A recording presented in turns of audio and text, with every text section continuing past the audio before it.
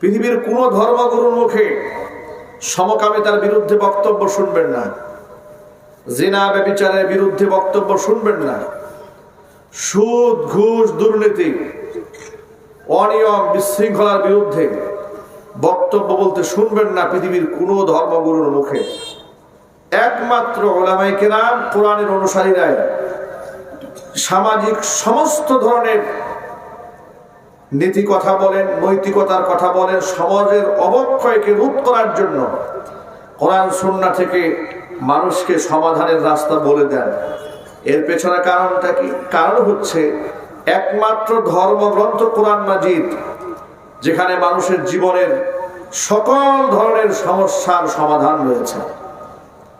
যার দরুন সমস্যা পরিলক্ষিত হলেই উলামায়ে কেরাম সেখানে কোরআন থেকে বিশ্লেষণ করে এর সমাধান জাতিকে দিতে পারে। অন্য কোনো ধর্মগুরু এর সমাধান তারা দিতে পারবেন না। তার কারণ তাদের ধর্মীয় গ্রন্থে, ধর্মগ্রন্থে এই ব্যাপারে কোনো বক্তব্য নেই।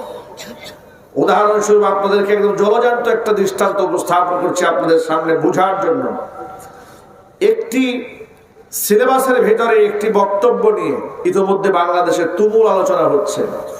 সেটা কি? ক্লাস 6-এর সমাজ বিজ্ঞান বইয়ে ডারউইনের বিতর্কিত মতবাদ ঢুকানো হয়েছে যে মানুষ এসেছে বানর থেকে। বাচ্চাদেরকে দ্য থিওরি অফ এভলিউশন, বিবর্তনবাদ শেখানো হচ্ছে। এটা যখন অধ্যায়ের মধ্যে যুক্ত করা হলো পাঠ্যসূচিতে, তখন সর্বপ্রথম প্রতিবাদী হলেন উলামায়ে কেরাম। কিন্তু আপনারা বলুন তো, হিন্দু ধর্মের লোকেরা কি এটা বিশ্বাস করে যে তারা বানরের বংশধর? জোরে বলতে হবে।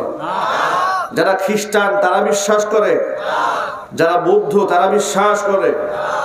কিন্তু যে পরিমাণ উলামায়ে কেরাম মাঠে, ময়দানে, সভাতে, সিম্পোজিয়ামে, পত্রপত্রিকায়, লিখনিতে, বিবৃতিতে এই অন্যায়ের, এই মিথ্যার প্রতিবাদ জানিয়েছেন, তার শতভাগ, হাজার ভাগের 1 ভাগ প্রতিবাদ কি তাদের ধর্মগুরুদের পক্ষ থেকে এসেছে? না, আসেনি। কারণটা কি? আমরা কেন প্রতিবাদ করতে সাহস পেয়েছি? কারণ আমাদের হাতে এই ব্যাপারে মানব সৃষ্টি রহস্য সম্পর্কে অথেন্টিক সোর্স আছে, যা ওদের কারো কাছে নাই। যদি বলেন ঠিক কিনা? ওরা জানেই না আমাদের সৃষ্টি কোন জায়গা থেকে এসেছে। যার ধরুন কোনো এভিডেন্স না থাকার কারণে তারা জাতিকে এই ব্যাপারে সোচ্চার করতে পারেন নাই, সতর্ক করতে তারা পারেননি। পক্ষান্তরে আলেমদের হাতে রয়েছে এভিডেন্স, রয়েছে দলিল, রয়েছে প্রমাণ। মানব সৃষ্টি রহস্য সম্পর্কে ডারউইনের পচা মতবাদ থেকে জাতিকে শিক্ষা নেওয়ার কিচ্ছু নাই। কারণ কোরআন মানব সৃষ্টি রহস্য সম্পর্কে 1500 বছর আগে পরিপূর্ণ সমাধান দিয়ে দিয়েছে। আল্লাহু আকবার বলেন। কোরআন মাজিদের সূরা নিসার প্রথম আয়াত, হিফজ কোরআন মাজিদের 4 নম্বর পারার 16 নম্বর পৃষ্ঠার শুরুতে আল্লাহ পাক বলছেন, ইয়া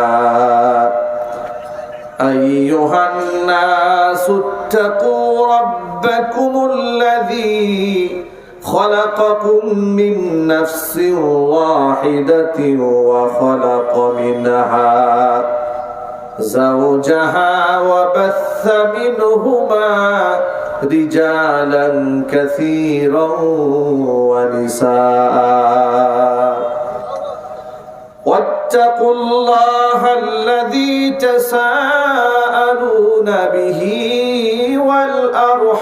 والأرحام إن الله كان عليكم رقيبا।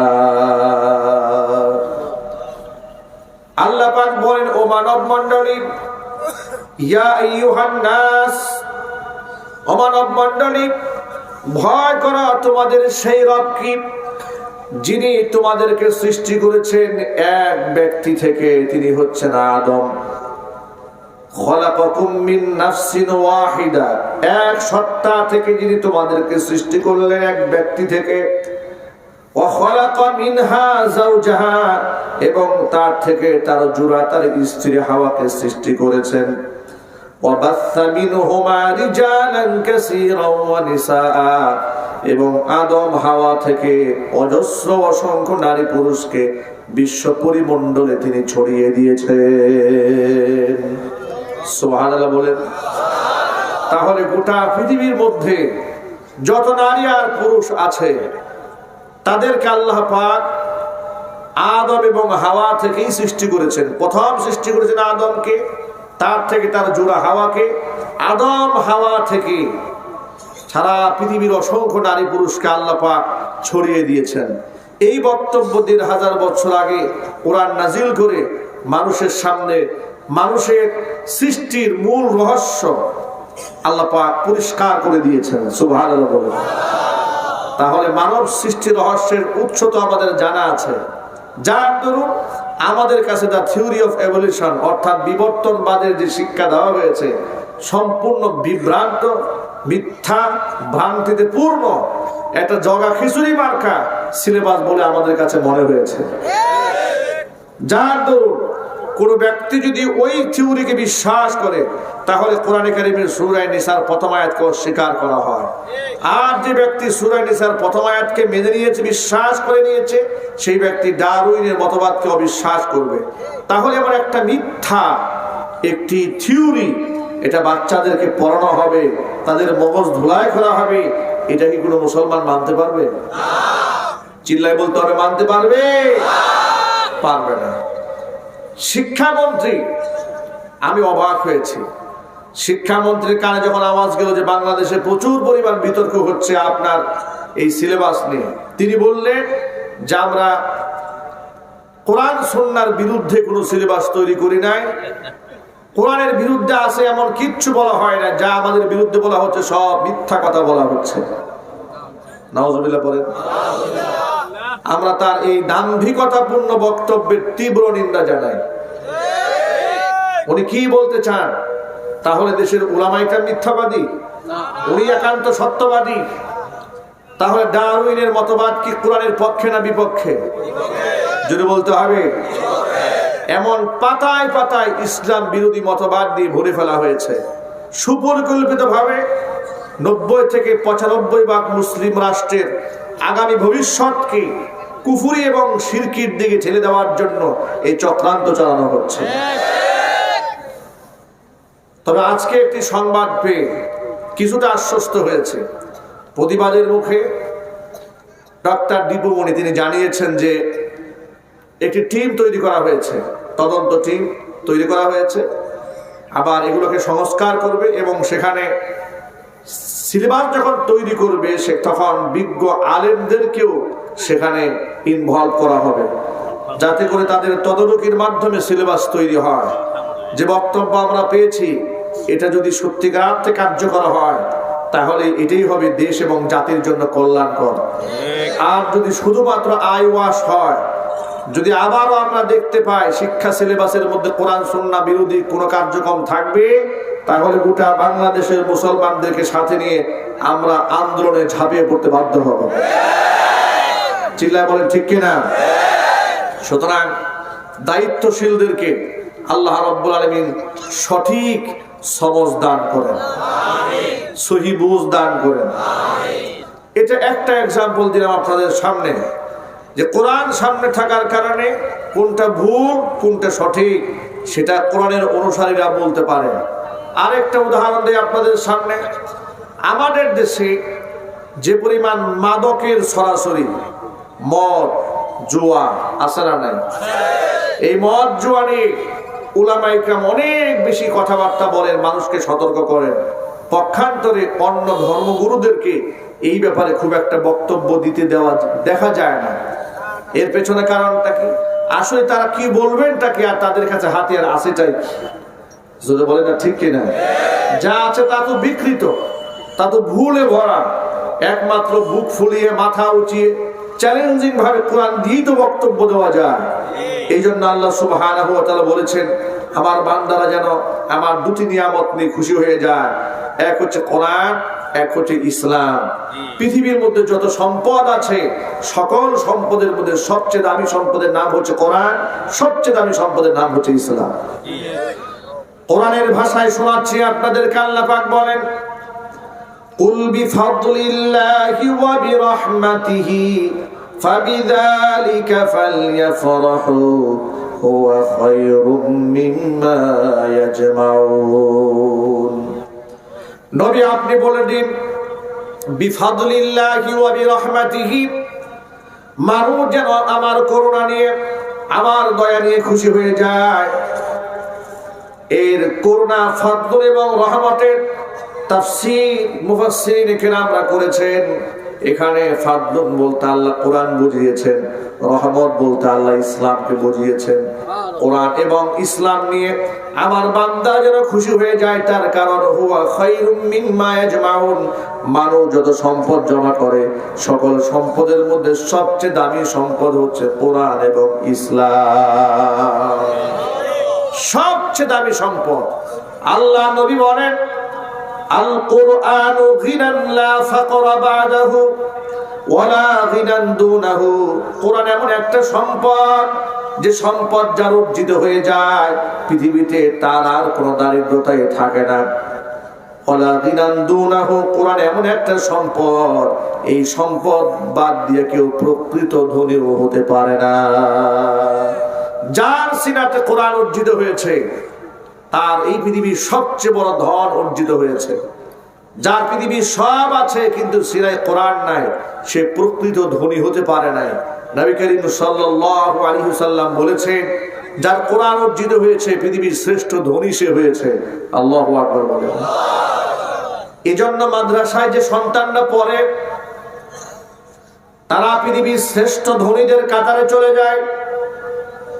আর যারা পড়ায় এবং পড়ে, তারা পৃথিবীর শ্রেষ্ঠ মানুষে পরিণত হয়ে যায়। নবীজি বলেছেন, খায়রুকুম মান তাআল্লামাল কুরআনা ওয়া আল্লামা। তোমাদের মধ্যে সর্বোত্তম ব্যক্তি হচ্ছে ওই ব্যক্তি, যে ব্যক্তি নিজে কোরআন পড়ে এবং পড়ায়, নিজে শিখে অপরকে শেখায়। সেই ব্যক্তি হচ্ছে সবচেয়ে উত্তম ব্যক্তি। আল্লাহু আকবার বলেন। সবচেয়ে উত্তম ব্যক্তি বলা হয়েছে তাদেরকে যারা কোরআন পড়ে পড়ায়। আর যে ব্যক্তি কোরআন পড়ে, তার তো মর্যাদার কোনো শেষ থাকে না। প্রতি হরফে হরফে আল্লাহ পাক 10টি করে নেকি প্রদান করেন। শুধু তাই নয়, বান্দারা যখন রাস্তায় হাঁটতে থাকে, রহমতের ফেরেশতারা সম্মানার্থে তাদের ডানাগুলা তাদের পায়ের নিচে কার্পেট হিসেবে বিছিয়ে দেয়। অনেক মর্যাদা কোরআন কারীমের সাথে সংশ্লিষ্ট ব্যক্তিদের। আল্লাহ কোরআনের আহার হিসেবে আমাদের সকলকে কবুল করেন। জোরে বলেন আমিন। কোরআন কারীমের ইলম নিয়ে মানুষ এত সম্পদশালী কেন হয়? দেখুন, যে ব্যক্তি কোরআনের ছায়াতলে আসে, সেই ব্যক্তি দুনিয়ার সব ধরনের অন্যায় থেকে বেঁচে যায়। যেমন জাতির অবক্ষয় বড় বড় গুনাহ যেগুলো আছে, সেগুলো হচ্ছে মদ, জুয়া, জেনা, আছে না? কিন্তু আপনি অবাক বিষয় তাকিয়ে দেখবেন, যেখানে স্কুল, কলেজ, ইউনিভার্সিটি, শিক্ষাঙ্গনগুলোতে মানব তৈরির কারখানা, শিক্ষা জাতির মেরুদণ্ড, যেখানে মেরুদণ্ড গড়া হবে, সেখানে কিন্তু হর হামেশা মাদকের আদান প্রদান চলছে। কেউ সেখানে ইয়াবা সেবন করছে, কেউ সিগারেট পান করছে, ধূমপান করছে, কেউ ড্রাগস নিচ্ছে, আবার কেউ অবাধে নারী পুরুষ মেলামেশা করছে, ফ্রি মিক্সিং, আছে না নাই? বয়ফ্রেন্ড গার্লফ্রেন্ড, এই কালচার চলছে। মানে নোংরামি এবং বেহায়াপনা যা যা আছে সব চলছে সেখানে। এমন একটা অন্ধকার সমাজের ভেতরে থেকেও যে সমস্ত মাদ্রাস কওমিয়াগুলো বাংলাদেশে রয়েছে, এক একটা যেন এক একটা প্রতিষ্ঠান মানে হচ্ছে জ্বলন্ত হীরার টুকরা, বেহেশতের বাগান।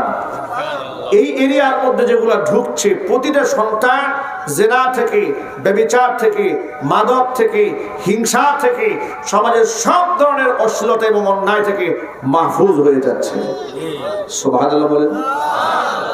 আমার দেশে মাদক নিয়ন্ত্রণ অধিদপ্তর আছে, আছে না? মাদক নিয়ন্ত্রণ অধিদপ্তর। উচিত ছিল মাদক নিষিদ্ধ অধিদপ্তর করা। কথা বলেন কেন? কি উচিত ছিল যেন বলেন তো? মাদক নিষিদ্ধের অধিদপ্তর হওয়া দরকার ছিল। মাদক আবার নিয়ন্ত্রিত হয় কি করে? পায়খানা তো পায়খানায়, কম খেলেও হারাম, বেশি খেলেও হারাম। যে জিনিস আল্লাহ হারাম করেছেন, বান্দা সেটাকে আল্লাহ করলে নিষিদ্ধ, বান্দা করে নিয়ন্ত্রণ। বুদ্ধিজীবীরা কি বলল? বুদ্ধিজীবীরা বলল যে মদের সাথে মানুষের যে একটা সম্পর্ক আছে, এটাকে হঠাৎ করে বাদ দেওয়া যাবে না, বরং এটা নিয়ন্ত্রণে রাখতে হবে। তো নিয়ন্ত্রণের সুরতটা কি? সুরতটা হচ্ছে 5 স্টার হোটেলে খাইলে অসুবিধা নেই, কিন্তু হোটেল সালা দিয়ে খাওয়া যাবে না। জোরে কোন ঠিক কিনা? গরিবরা খাইলে বিরাট সমস্যা, পুলিশে ধরে নেওয়া যাবে, কিন্তু ধনীরা যদি খায় এ কোনো অসুবিধা নেই। চিল্লায় কোন ঠিক কিনা? ওরা মাদক নিষিদ্ধ না করে নিয়ন্ত্রণের বিধি কেন বানালেন? কারণ হচ্ছে ওরা নিষিদ্ধ করতে সাহস পায় না, এই জন্য যে এটাকে নিষিদ্ধ করতে যাবে সে নিজেই তো এর সাথে জড়িত আছে। নারায়ণগঞ্জের এক মাহফিলে গেলাম, জনৈক এক নেতা স্টেজে এসে আমার আগে দারুণ একটা বক্তব্য দিলেন মাদক বিরোধী। তা আমার কাছে খুব ভালো লেগেছে। মাদক বিরোধী এই ধরনের উচ্চবাচ্য আওয়াজ যদি জাতীয় সংসদে উচ্চারিত হতো, তাহলে দেশ, রাষ্ট্র, সমাজ অনেক ভালো হয়ে যেত। মনে মনে তার জন্য দোয়া করলাম, প্রকাশ্যেও দোয়া করলাম। মাহফিল শেষ করে স্টেজ থেকে নামার সময় ওই এলাকারই এক লোক স্টেজে বসা ছিলেন, আমার খুব হিতাকাঙ্ক্ষী। আমাকে বললেন, হুজুর যে লোকটার জন্য দোয়া করেছেন তাকে চেনেন? আমি বললাম, না, তা তো চিনি না। পরে তিনি বললেন, ইনি হচ্ছেন এই গোটা এলাকার মাদকের সবচেয়ে বড় ডিলার। কি কপাল করে দেখছেন, আমারে কি গোলটা দিল, কি ধোঁকাটা আমাকে দিয়েছে। এমন এক বক্তব্য সে মাইক নিয়ে মাদকের বিরুদ্ধে দিয়েছে, আমি তো মহা খুশি হয়ে গেছি যে মাশাআল্লাহ, যে বক্তব্য উলামায়ে কেরাম দেন মাদকের বিরুদ্ধে, সেই বক্তব্য উনি দিচ্ছেন যে মাদক আল্লাহ হারাম করে দিয়েছে, এটাকে নিষিদ্ধ হওয়া দরকার, এটা বাংলার মাটিতে চলতে পারে না। যুব সমাজকে অনেক সতর্ক করলেন এই ব্যাপারে, আর আমিও খুশি হয়ে তার জন্য দোয়া করে দিচ্ছি। নামার পরে উনি আমাকে বললেন যে যিনি এই যে মাদকের বিরুদ্ধে বক্তব্যগুলো দিলেন, তিনি এই গোটা এলাকার মাদকের ডিলার। এভাবে চলছে মুনাফিকি সমাজের ভেতরে। চিল্লায় বলুন ঠিক কিনা?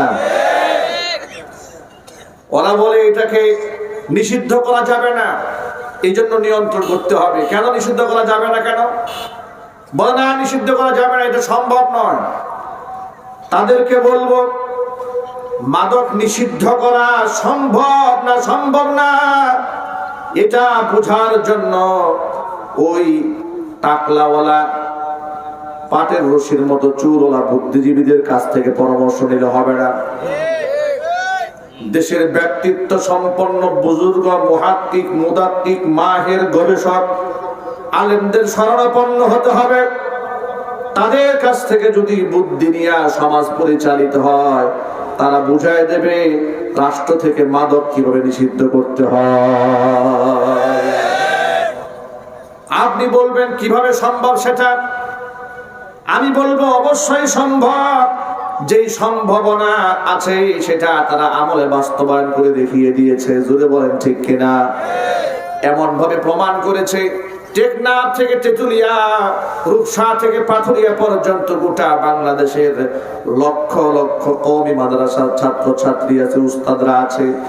একজন ছাত্র ছাত্রী, শিক্ষক শিক্ষিকা, একজন ব্যক্তি খুঁজে পাওয়া যাবে না মাদক সেবন করে কিংবা মাদক ব্যবসার সাথে জড়িত আছে। আলহামদুলিল্লাহ বলেন। একজন পাওয়া যাবে না, চিরুনি অভিযান চালিয়ে খুঁজে পাওয়া যাবে না।